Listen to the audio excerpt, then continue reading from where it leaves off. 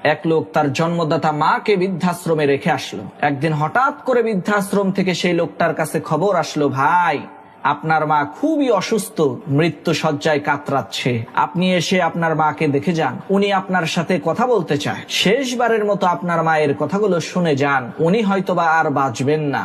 বৃদ্ধাশ্রম থেকে পাঠানো এই খবর শুনে সেই লোকটা বৃদ্ধাশ্রমের হসপিটালে থাকা তার মায়ের পাশে যেয়ে বসে তার মাকে ডাক দিল। তখন তার বৃদ্ধ মা তাকে বলতে শুরু করলো, বাবা তুমি এই বৃদ্ধাশ্রমের জানালার কাজগুলো মেরামত করে দিও, কারণ রাতের বেলায় এই জানালা দিয়ে অনেক ঠান্ডা বাতাস আসে, যার কারণে বৃদ্ধাশ্রমে থাকা সমস্ত লোকদের অনেক কষ্ট হয়। আর এই বৃদ্ধাশ্রমের মধ্যে তুমি ঠান্ডা পানির ব্যবস্থা করো, কারণ গরমের দিনে বৃদ্ধাশ্রমের মধ্যে ঠান্ডা পানি পাওয়া যায় না, আর গরম পানি খেলে তো গলার পিপাসাও মেটে না। আর বাবা এই বৃদ্ধাশ্রমের খাবারের রেসিপিটা তুমি ঠিক করে দিও, কারণ খাবারের মান এতটাই নিম্নমানের যে আমি দিনের পর দিন না